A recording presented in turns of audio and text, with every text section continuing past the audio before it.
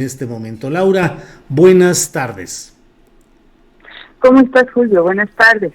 Bien, Laura, mucho gusto. Gracias por tomar la llamada. Laura, pues la muerte ayer del doctor Mireles, del doctor José Manuel Mireles, nos lleva a preguntarnos sobre su paso en el escenario público, particularmente en el tema de las autodefensas de Michoacán. Y bueno, tú que has estudiado, escrito, leído, reporteado tanto respecto a estos movimientos en general y entre ellos también lo de los autodefensas, pues te pregunto, Laura, ¿qué opinas? ¿Cuál es el saldo de la participación pública del doctor Mireles? Bueno, mira, efectivamente tuve oportunidad de reportear el fenómeno de las autodefensas, práctica más de años, 2 años y medio, y de hacerle varias entrevistas a Mireles. Y bueno, me parece que Mireles es la figura más visible del fenómeno del movimiento de las autodefensas que surgió en Michoacán a partir de 2014 y en un momento él tuvo un protagonismo muy importante como vocero del Consejo General de Autodefensas y Comunitarios. Yo he leído por ahí que decían que él era el líder de las autodefensas. No precisamente fue así. Es importante comprender que las autodefensas guardias civiles de alrededor de 34 municipios se alzaron, Julio, y que este alzamiento en Michoacán representó prácticamente la tercera parte de la población de Michoacán. Es decir, una población muy importante tomó las armas, y algo también que es preciso enfatizar, no para alzarse en contra del Estado, sino para que el Estado interviniera y erradicara las cadenas de complicidades con las mafias criminales. En un primer momento, Mireles, porque tenía como médico una profesión que buena parte de los líderes de los autodefensas no tenían, ¿no? Muchos de ellos realizaban pues trabajos agropecuarios o forestales o agrícolas y algo que a mí también me parece muy importante es porque no podemos dimensionar el tamaño de la zona levantada desde digamos que desde las ciudades o desde la propia capital, pero uno de los municipios que se alzó, para que tengamos una idea, Julio, sí. Cualcomán, pues es más grande que el estado de Colima, ¿no? Entonces, todo esto lo comento porque cada municipio tenía sus propios liderazgos. Y en ese sentido, en un primer momento, cuando hubo cierta enlace, alianza, sobre todo en los de Tierra Caliente, ahí es donde Mireles jugó un papel muy importante como vocero, pero digamos que cada comunidad, que en cada municipio también hubo procesos distintos en los que se eligieron a los líderes de las autodefensas, en algunos a través de asambleas comunitarias, como fue el caso de Cualcomán, como fue el caso mismo de Tepalcatepec, en otros fueron circunstancias coyunturales. Entonces, Mireles se convierte en el vocero, y también eso motivó que de pronto en algún momento hubiera pugnas internas, ¿no? Pugnas, lo sabemos, con otro de los líderes que fue Papá Pitufo, y que en el contexto en el que el propio Estado, a través de la figura de Alfredo Castillo, que fue el comisionado de Seguridad Federal, lo que hizo fue, digamos que entre comillas, utilizaré la palabra domesticar, es decir, hizo cercanía con ciertos líderes de autodefensas, como en el caso de Papá Pitufo, y Mireles siempre fue un líder controversial y al mismo tiempo que se confrontó con el Estado. Cuando hay un rompimiento entre, digamos, los líderes de Tierra Caliente con Mireles, porque hay un mayor acercamiento con Alfredo Castillo en la figura de Papá Pitufo, Mireles entonces se convierte en una figura emblemática para las autodefensas de la costa. Y eso hizo que no olvidemos, Julio, muy importante, que él liderara una avanzada en la costa en 2014 con fuerzas federales, o sea, iba la Marina, la Policía Federal, Estatal, el Ejército, con las armas que habían sido legalizadas por el propio Estado, y fue detenido en 2014, en junio de 2014, y estuvo preso 3 años. Entonces, para mí la figura de Mireles representa pues la traición del Estado, la utilización del Estado de las autodefensas como carne de cañón, porque después el propio Alfredo Castillo desconoció que hubo un proceso de legalización de más de 13,000 armas, una buena parte de grueso calibre, de uso exclusivo del Ejército, y en 2018 Mireles dio conferencia de prensa con su abogado Ignacio Mendoza, manifestando su intención de llevar a instancias internacionales una denuncia por violaciones de lesa humanidad contra Peña Nieto, precisamente por la legalización de estas armas, que lo que provocaron fue hacer creer a miles de civiles que estaban legitimados para usarlas, y con esas armas se cometieron atropellos, se detonó una guerra civil en Michoacán, pero al mismo tiempo el Estado aprovechó el contexto para detener a líderes incómodos, como sucedió con Mireles, para cometer violaciones de lesa humanidad, entre ellas matanzas como la de Apatzingán, para despojar de bienes a mucha gente en la región, y finalmente pues para desarticular o sofocar una experiencia que tuvo un fin, un surgimiento genuino comunitario, y en ese sentido, en ese primer momento, Mireles jugó un papel central. Así yo lo veo, Julio. Su figura finalmente también es controversial en relación por una actitud protagónica, una actitud machista, con intereses propios, pero el papel que tuvo como vocero y como la figura que impulsó o que construyó canales de comunicación con la Federación en un primer momento, pues no se puede negar. Claro, Laura, ¿y qué quedó de aquel movimiento de autodefensas? A fin de cuentas, ¿qué queda para la nación en general, para el Estado en particular, para los michoacanos? ¿Qué quedó de todo aquello? Pues lo que yo sé es que hay grupos de autodefensas que de manera clandestina pues siguen resguardando a sus comunidades en algunos lugares.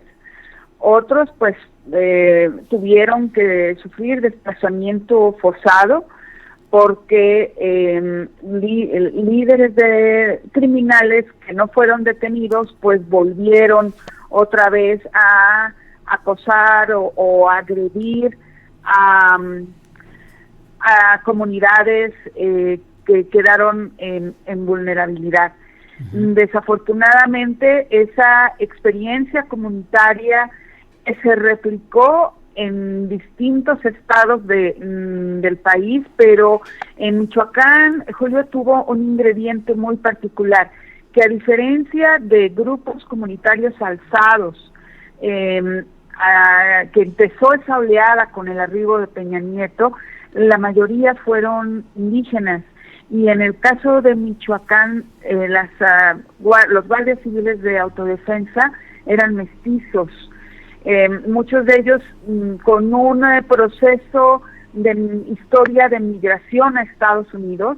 Por eso en un primer momento, cuando ellos se alzan, que eran pescadores de limón, de mango, de aguacate, y toda esa región es una región muy protagónica de exportación mundial, y por eso todas estas cadenas de producción fueron corrompidas y desgarradas por las cadenas de complicidades de las mafias con los distintos niveles de gobierno. Entonces, yo lo último que supe es que la situación ha crecido, digamos, la violencia en Michoacán. De hecho, la Fiscalía General del Estado, Julio, está advirtiendo que este 2020 se cerrará con el mayor número de homicidios de la historia reciente, tanto de hombres como de mujeres. Entonces, y hay experiencias, por ejemplo, comunitarias e indígenas como la de Ostula, que siguen resistiendo en la defensa de sus territorios. Desafortunadamente, el Estado decidió cortar toda comunicación con líderes comunitarios, criminalizó a otros sí se corrompieron, otros sí se aliaron con los criminales, y lo que hizo fue que la zona se convulsionara y que entraran otras mafias criminales. Entonces, es una situación muy convulsa, pero lamentablemente, Julio, pues hasta donde yo sé, no hay canales, no le importó al gobernador Silvano Aureoles mantener canales de comunicación con líderes comunitarios que genuinamente se habían alzado, respaldados por asambleas comunitarias para resguardar a sus comunidades. Entonces, lo que vemos ahora pues es convulsión y caos, Julio. Laura Castellanos, periodista y autora de Crónica de un país embosado, 1994-2018, y de un libro pues ya clásico para entender estos procesos de insurrección, de subversión, de lucha armada. México Armado, de editorial Era, absolutamente recomendable, ya un clásico, la verdad. Laura Castellanos, ¿cómo te explicas a la distancia? ¿Qué piensas de aquel proceso que impulsó la administración de Peña Nieto con este hombre Castillo, convertido en virtual vicegobernador de facto de Michoacán, y todo ese experimento de legalizar armas, de entrar aparentemente en diálogo con todas las autodefensas, exaltarlas y luego comenzar las detenciones selectivas, en fin? ¿Qué es lo que se intentó en aquella ocasión? ¿Qué crees que sucedió, Laura? Bueno, mira, Julio, como yo precisamente lo narro en mi libro Crónica de un país embosado, Michoacán fue el estado donde Calderón arrancó su estrategia militarizada de seguridad, y de la misma manera lo hizo Peña Nieto. Al hacerlo Calderón, lo único que provocó fue el desgarramiento del Estado y que empezara un proceso de gestación de lo que después son las autodefensas. No olvidemos que en Michoacán, con Peña Nieto, cuando hay este alzamiento a partir de febrero de 2014, lo primero que hace es anunciar que su operativo de seguridad militarizada, y enviar a 6,000 militares. Yo tuve oportunidad de ingresar a la zona porque no se podía entrar porque había retenes de criminales que impedían el libre acceso, y tuve oportunidad de ingresar con la vanguardia del operativo militar de Peña Nieto, y me di cuenta cómo las comunidades intentaron impedir la entrada del ejército, estaban muy enojadas y denunciaban que nunca habían intervenido para impedir todas las violaciones de lesa humanidad de un territorio en que había sido totalmente apropiado por la violencia organizada. Y cuando hablo de violencia organizada me refiero a las cadenas de complicidades que involucran a la parte más oscura del aparato de Estado, pero también de empresarios paraestatales y del crimen organizado. En ese sentido, pienso que en ese momento, Julio, había un negocio muy importante en el mercado negro del hierro, y en esas minas se sabía que estaban totalmente dominadas por las mafias criminales, y que partían de Lázaro Cárdenas al mercado negro asiático. Pienso que lo que hizo Peña Nieto fue totalmente criminal en relación a desgarrar a un Estado al haberlo militarizado, al haber armado, legalizado más de 13,000 armas, pero lo que no hizo fue desarticular ni combatir las cadenas de complicidades criminales, sino al haber creado la figura de Comisionado Federal de Seguridad y haber nombrado a Alfredo Castillo, que si tú recordarás fue su subprocurador del Estado de México, y Alfredo Castillo se lleva a sus funcionarios del Estado de México a Michoacán. Yo lo que reporto en mi libro es cómo esos funcionarios lo único que hicieron fue garantizar que esta violencia organizada estuviera funcionando, gestionada desde el gobierno estatal. No olvidemos que el gobernador, en un momento, Fausto Vallejo, su familia sufrió un escándalo cuando su hijo fue evidenciado en un video con uno de los líderes criminales llamado el recordado tristemente como La Tuta, ¿no? Sí, el hijo que lo apodaban el Gerber. Exactamente, y que nunca lo podían detener. Cuando finalmente se le detuvo, cuando el comisionado salió, terminó, digamos, su año que fue que estuvo en el estado de Michoacán, a los meses fue detenido este criminal. Entonces, es hacernos creer que estos criminales son invencibles, incansables, indetenibles, y eso es totalmente falso.